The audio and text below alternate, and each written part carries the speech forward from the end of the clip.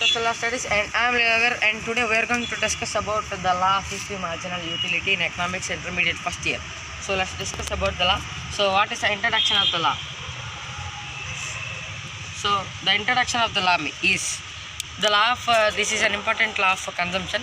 So here the law can be called into several names such as the equi-marginal principle and the law of conservation and the law of equi-marginal utility, etc. All these are different names of the law of equi-marginal utility. So this is this law is also called as Gossen's H.H. Gossen's second law, and because mainly this law is based on the name of H.H. Gossen. And this is about the introduction, and now let's discuss about the definition of the law.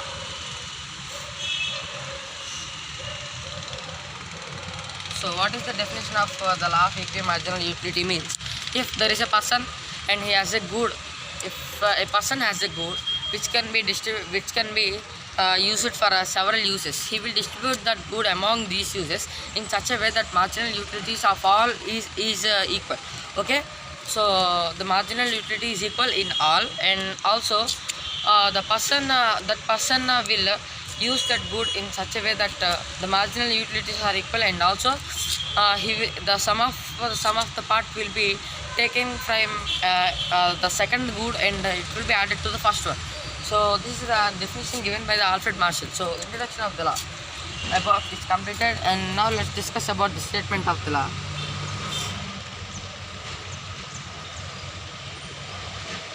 So what is statement of the law of equi-marginal utility means? If a person has some goods, he will distribute that goods in such a way that his marginal utility of all the goods are equal in all the cases. For suppose he has mangoes and apples, and he has a certain income. The person should have fixed income, and then the last rupee spent on each good will be equal to the last rupee spent on any other goods, and he will distribute it among those goods in an equal way, in equal marginal utility manner.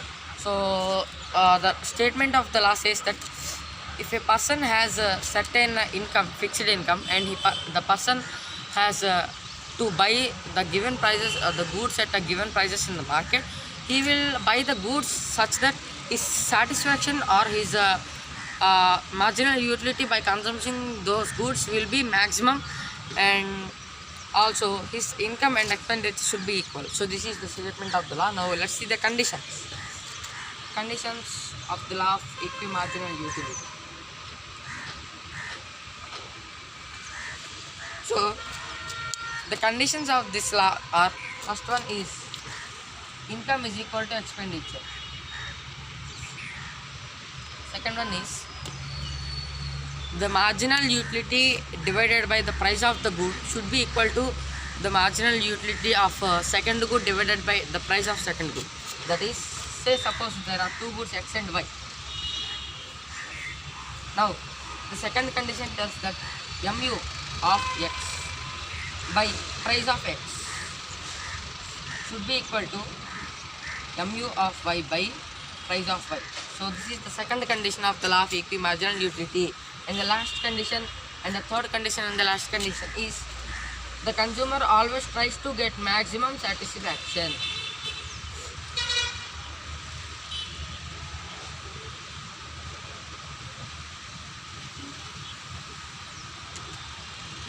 So here, if there is a consumer, he wants to get maximum satisfaction, then only the law could be applied.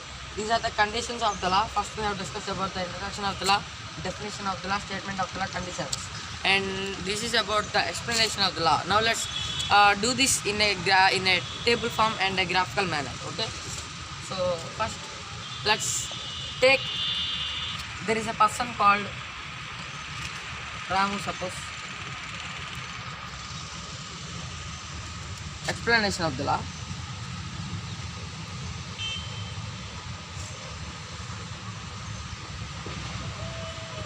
So here Ramu wants to buy. Ramu's income is say suppose his income is rupees 20 per annum. So the Ramu's income is 20 rupees per month. Then he has there are two goods in market, suppose X and Y. So this law can be applied in more than two goods, but so here we are considering only two goods, but we can apply this law in more than two goods, but the number of goods will increase, the complexity in the law of explaining will become complex. So let's first explain the law in two goods. So suppose X and Y. So the market price of X is rupees 3 and the market price of Y is rupees 4. So here the Ramu's income is rupees 20 and the price of good X is rupees 3 and price of good Y is rupees 4. Then we have to spend these 20 rupees on the two goods in such a way that marginal utility by price of good of X should be equal to marginal utility by price of good of Y. So like this is the condition, and also the income should be equal to the expenditure. Okay, so here Y means income and E means expenditure, and the consumer should attain maximum satisfaction. So let's check whether these three conditions will satisfy or not. So friends, let's draw a table. So here the table.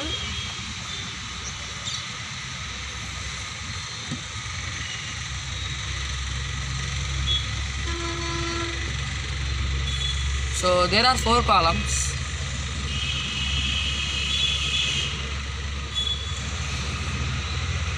Those are units of, first column is unit of X, units of X. Second column is marginal utility or MU of X, and the third column is units of Y, and the fourth column is marginal utility of Y. So friends, here we have taken the units of good X costing rupees 3 per unit, and also we have taken the units of good Y costing 4 per unit. So we have taken 5 units of good X and good Y. So the marginal utility of first good is 33 and second good is 30, third one is 27, fourth one is 24 and fifth one is 21. So also the marginal utilities of second good, that is costing rupees 4, is for first good it is 36, second good it is 32, third good it is 28, fourth one 24 and fifth one 20. So this is about the units of the good and marginal utilities of the good. Now we will discuss about the units of the good X and units of the good Y, and marginal utility by of good X by price of good X, and also the marginal utility of good Y by price of good Y. So friends, now we have taken the columns of units of X, and also the marginal utility of X by price of X, and also units of Y, and also marginal utility of Y by price of Y. So here if we see the marginal utility of price of the marginal utility of X by price of X values are, for the first good it is 11, second good 10, 9, 8, 7, and the marginal utility of Y by price of Y of second good are, first one is 9, second 8, and 7, 6, 5. So here what are the conditions? The first condition is always the MUX by P of X is equal to MUY by P of Y. So the first condition is MUX by P of X should be equal to MUY by P of Y. So let's apply this condition. So first condition can be applied in here 8 and also here 8 and here 7 and also here 7. So here if you see, here there is 8 and also 7 and 8 and also 7. So in these two conditions only the MUX by P of X will be equal to MUY by P of Y. So here in all other cases the MUX by P of X is not equal to MUY by P of Y. So here 4 units of good X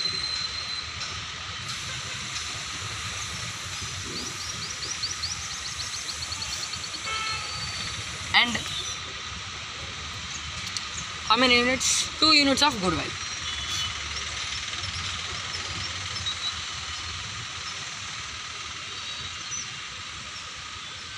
So this is the first possibility, and second possibility is 5 units of good X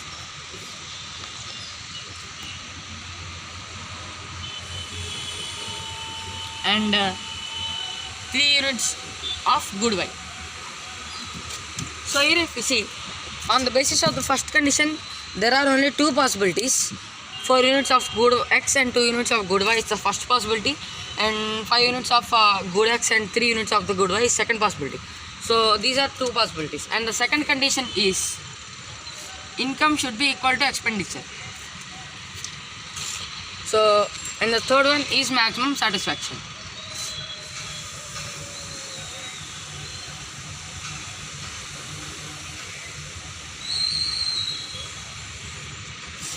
So, on the basis of the first condition, we will take the possibilities, and also we will apply the rest of the two conditions in the law.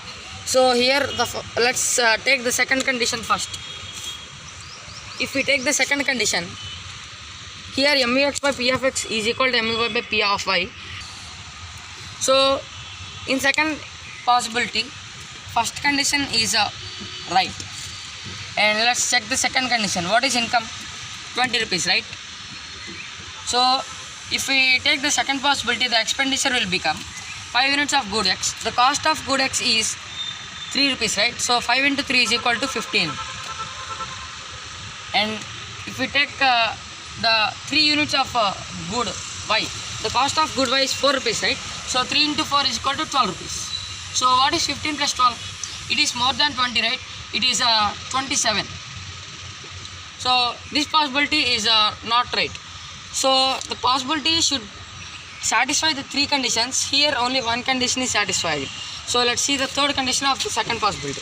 So here the satisfaction is 7 plus 7 is equal to, the marginal utility of good x in fifth unit of good x is 21, and the marginal utility of third unit of good y is 28. So here what is 21 plus 28 is equal to what? 49. So here the satisfaction is 49, and here it is the satisfaction, and it is income is not equal to the expenditure. So let's see the first possibility. So here 4 units of good x and 2 units of good y. Here also mux by p of x is equal to mu by p of y, right? So here let's check the income and expenditure. That is second condition. So here the first condition is approved, and in the second possibility first condition is approved, but the second condition is failed. So let's check the first possibility. So the income of consumer is at 20 rupees. So here 4 units of good x, that is 4 into 3 is equal to 12, plus what? 2 units of good y. 2 into 4 is equal to 8. So here the income is also 20 and expenditure is also 20. So the second condition has also passed. Let's check the third possibility. So here the third condition is the goods should have maximum satisfaction. So in the second possibility, the maximum satisfaction is 49 utils, right? So let's check the maximum satisfaction of the first possibility is. So here 3 into 7 is 21, plus 4 into 8 is 32. So here 32 plus 21 is 53. So here if you see the satisfaction also, 53 is greater than 49, right? So here the maximum satisfaction is also passed, and the income and is equal to expenditure also passed, and the mux by p of x is equal to mu by p of y is also passed. So here the consumer will choose the possibility, the first possibility, that is 4 units of good x and 2 units of good y. So friends, we have completed this video up to now, and the next session we are going to discuss about the limitations of the law. So thanks for watching this video. If you like this video, please hit the subscribe button, and also please activate the bell button. So thanks for watching this video, friends.